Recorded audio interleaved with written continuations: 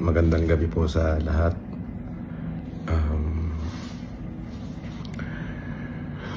Kalalaya ko lang po pansamantala. Maraming salamat po doon sa mga taong nagmalasakit at tumulong sa akin. Maraming salamat po doon sa mga taong patuloy pong sumusuporta sa akin. Maraming salamat po sa inyo.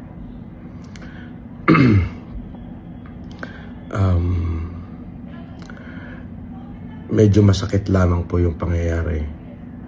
Siyempre, sa parte ng aking mga anak ay talaga pong masakit nga naman po na sa ganong kababaw po lang na kaso ako po ay para pong nahatulan na isang kriminal.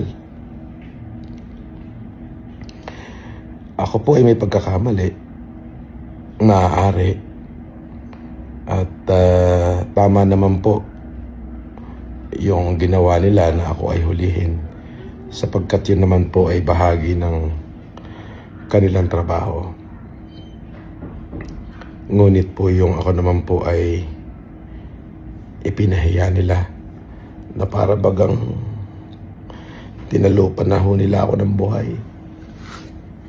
Opo, ay sobrang sakit po.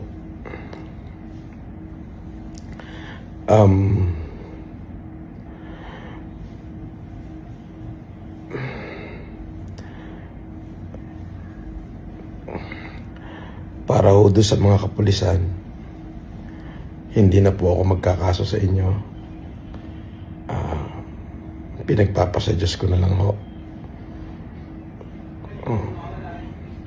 Maaaring kayo po ay sumusunod lamang. At dun sa PNP, kung ako po ay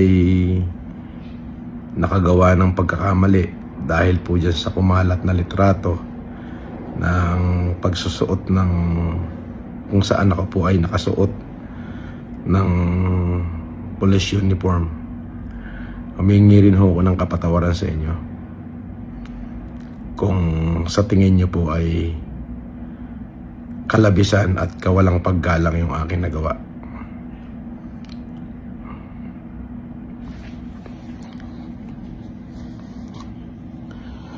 At doon po sa mga patuloy na nagmahal sa akin, maraming salamat po.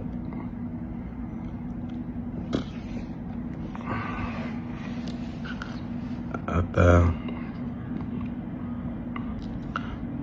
humihingi ho ako ng tawad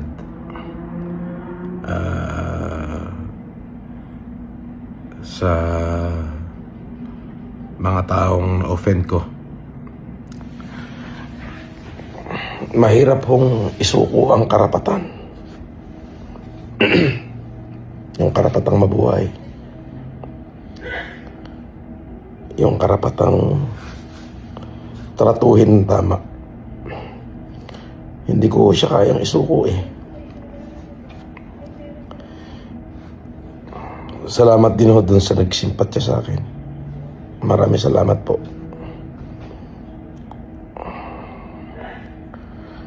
At ulitin ko po, doon po sa mga miyembro ng kapulisan na naging kabahagi ho nung pagpapahiya ho sa akin, hindi na po ako magsasampa ng demanda sa inyo. Pinatawad ko na ho kayo. At sa PNP po, kung kayo po ay sa tingin nyo nakalabisan ho yung aking ginawa doon sa nakumakalat na pagsusuot ko ng uniforme, patawarin nyo ho ako. Wala ho akong masamang intensyon doon. At kung ano man ho yung karampatan na kaso o parusa na ipapataw niya sa akin, ay haharapin at tatanggapin ko po. Para sa mga supporter ko, maraming salamat po sa inyo sa pagmamahal ho na pinakita nyo sa akin. Ako muna ho ay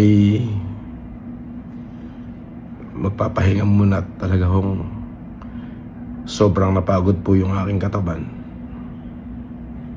At hindi ko ho maipaliwanag yung nararamdaman kong kapaguran.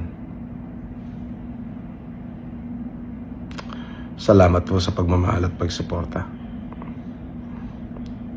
Yung patuloy kayong nandyan para sa akin. Yun po ay napakalaking bagay. Yun lamang po. At maraming salamat po. Magandang gabi po sa inyo.